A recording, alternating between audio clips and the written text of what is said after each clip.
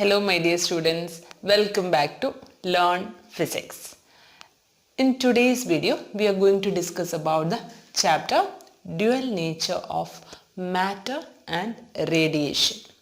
Dual nature means we are going to learn about the particle nature as well as the wave nature. So here first we are going to consider about the radiation part. See, first topic is electron emission. What is meant by electron emission? When light radiations of particular frequency is incidenting on a metal surface, electrons will be it's evolving from it, or electrons will be coming out from the metal surface. Or when a particular electric field is incidenting on a metal, it's placed between a metal surface, then electrons will be releasing from that. Or if particular temperature if we are giving, the electrons will be coming out from that metal surface. So phenomenon of emission of electrons, that is called a electron emission. Phenomenon of emission of electron. This emission can be of many types. First one, in presence of temperature. If it is in presence of temperature, such kind of electron emission is called as thermionic emission. Thermionic emission. So thermionic emission is that when we are giving temperature, then the electrons will be coming out from the metal surface. That is thermionic emission. Next is photoelectric emission. So in photoelectric emission, when light rays of particular frequency is incidenting on the metal surface, electrons will be emitting from that surface. That is called photoelectric emission. And the third one is field emission. Particular electric field is it is placed between a particular electric field, then electron will be emitted from that. That is field emission. So here today we are going to study about the photoelectric emission. That is when light radiations of particular frequency is incidenting on the metal surface, the electrons will be emitting from that. Okay, so that is photoelectric emission. That phenomenon is known as photoelectric emission. This phenomenon was first observed by the scientist Heinrich Hertz. Heinrich Hertz is the scientist who found out this photoelectric emission. When he was doing some experiments related to the electromagnetic radiation, he found a spark near the detector tube. Okay, so when he was using UV radiations, he saw that the spark is increasing. The amount of spark which is coming out is increasing. So he found that some particular radiations are incidenting on the metal surface, electrons, some spark is producing. Then after that, his students only, this Halvoge and Lenard, these two scientists undergo the various studies and found that the electrons, when light radiations of particular frequency is incidenting on the metal surface, this electron will be emitting, and in their experimental study they found out some laws of photoelectric emission. Okay, now we are going to study that what are the laws of this photoelectric emission. In that, first Lenard found that when he was taking two metal surface and metal plates, he kept two metal plates and had given some particular potential difference between those two plates, and he saw that no current is flowing through between the plates. But when he had given one charge negative, one plate negative, and when light radiations are incidenting on that, current starts flowing in between these two plates. He found like that. And here, and according to that, they did the experiment. Halvoge also did the experiment, and with that experiment they found out the laws. So in their experiments, they took one evacuated tube, and here quartz crystal, and here two plates are kept, one is C and one is named A, and here, and it is the ends of the tube is connected with a potential. See here I am giving positive negative potential, and high voltage is given, and here it is connected like this, here and here also, and it is connected with to this. Here a rheostat is kept, and to the rheostat it is connected, and here it is connected in this way. And here 1 microammeter, we can find out the value of current, how much of current is flowing. This is the circuit. And here when particular radiation is incidenting on this metal surface, electrons will be emitting from this. Okay, so here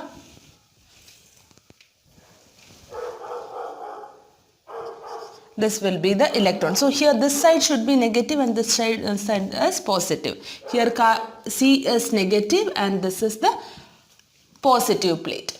So when light radiations of particular frequency is incidenting on the metal surface, the electrons will be emitting, and since this is of positive potential, what will happen? Those electrons will be accepted by the positive charge. So this was the experimental setup. Here we are giving, see this one is to adjust the value of current. We can adjust the value of current from this circuit, rheostat. Using rheostat we will be giving different potential. If we want to change the potential, we can use this circuit.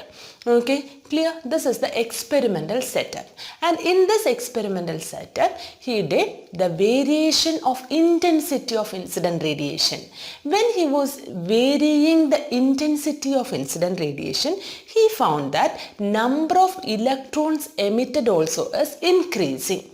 Okay, so and whether all the radiations can be if all the radiations which is incidenting on the metal surface, whether it will produce electrons? No. A particular frequency, a minimum frequency is required for these radiations. The incident radiation should have minimum frequency. That minimum frequency is called as threshold frequency. The minimum frequency required for the incident radiation to emit the photoelectrons, that minimum frequency is called as threshold frequency. So a particular frequency and which is having more than the threshold frequency, when it is incidenting on the metal surface, what will happen? The electrons are emitting. Now next what he did, he did some different aspects. Under different aspects he did the experiment. That is, first what he did is he changed the intensity of incident radiation. When he was changing the intensity of incident radiation, he found that the number of electrons emitted also is increasing. So next we are going to see how intensity of incident radiation and photoelectrons, how it is varying. So first one is intensity of incident radiation. Intensity. Okay, as the intensity of incident radiation increases, the number of photoelectrons also will be increasing. Here intensity of incident radiation, and here is the number of photoelectrons. Okay, so it is directly proportional. As the intensity is increasing, number of photoelectrons also will be increasing. So next he did some studies based on the fact that if we are increasing the potential, what will happen to the number of photoelectrons? So we are keeping the other terms constant, or particular frequency is incidenting. When a light radiation of particular frequency is incidenting on the metal surface, how the potential will be changing? Okay, what will be the change in potential? Change in potential. So keeping the plate A as positive. First we are keeping A as positive and we are going to find out the potential. okay, for a particular frequency. So when we are increasing the potential, the number of photoelectrons also increasing. It is increasing, and after a particular value we can see it remains constant. Okay, so it is not see, if we how much ever we are increasing the potential, the number of photoelectrons incidenting on the plate remains constant. So if we are increasing the positive potential of the plate A, then after a particular value, the number of photoelectrons is not changing. Here number of photoelectrons, okay, is not changing. So when we are decreasing the potential, what will happen? See, we can see that number of photoelectrons emitted also decreases, and at a particular value, we can see that the potential becomes 0. Okay, so this is called, when it is remaining constant, that is called a saturation current. This is known as saturation current, and at a particular negative potential, afterwards no electrons will be coming towards the positive plate. Okay, so here, so we are increasing the potential of this, we are decreasing the potential of A, and when we are after 0 value, what will happen? It will come to the negative value. After at a particular negative value, we can see that no more electrons will be coming towards the plate A. So that potential is called stopping potential. So at this potential, no more electron will be coming towards this plate A. Okay, so maximum energy electrons will be coming to the plate A, even if it is getting negative charge. But after a particular negative charge, no electrons will come to the plate C. No electrons will come to the plate A, and that potential is called as stopping potential. So here we are saying about the two points, that is saturation current and the stopping potential.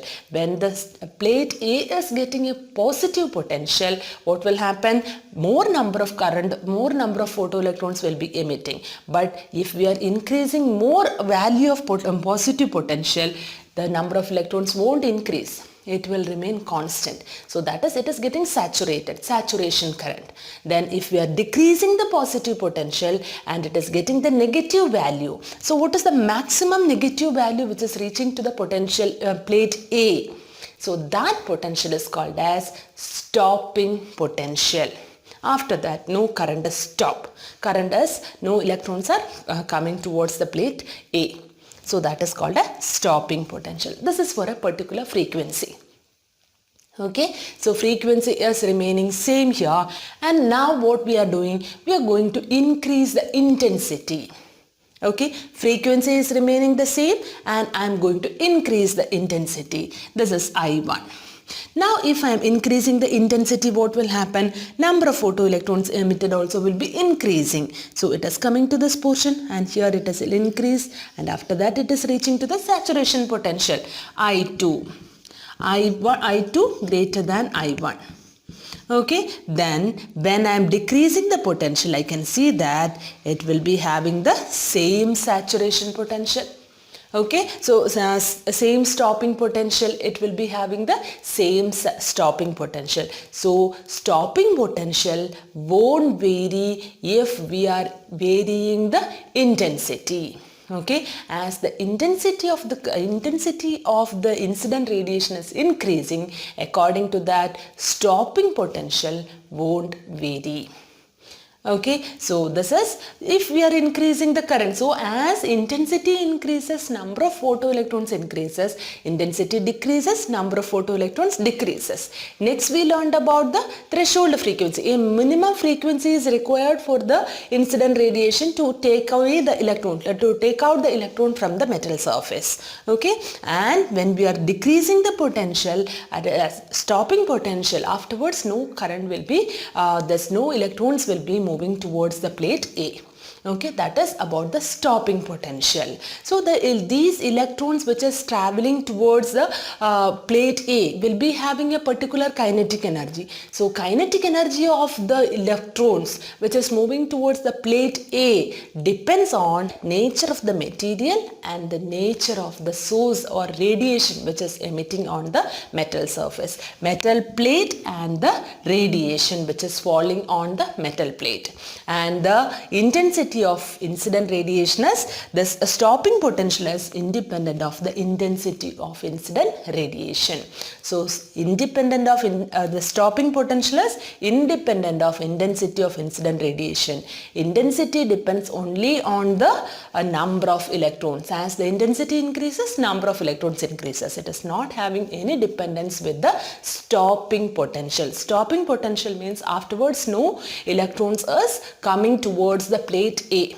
Okay, maximum negative potential it reached. After that no electrons will come to A. Okay, clear children? So the kinetic energy of the emitted electron is depending on the nature of the incident radiation and the nature of the plate which is kept over there for photoelectric emission.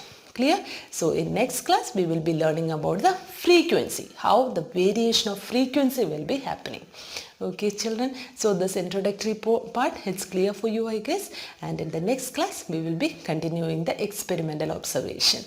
I hope it is clear for you, and if you like the channel please don't forget to subscribe, like and share. Thank you for watching. Bye.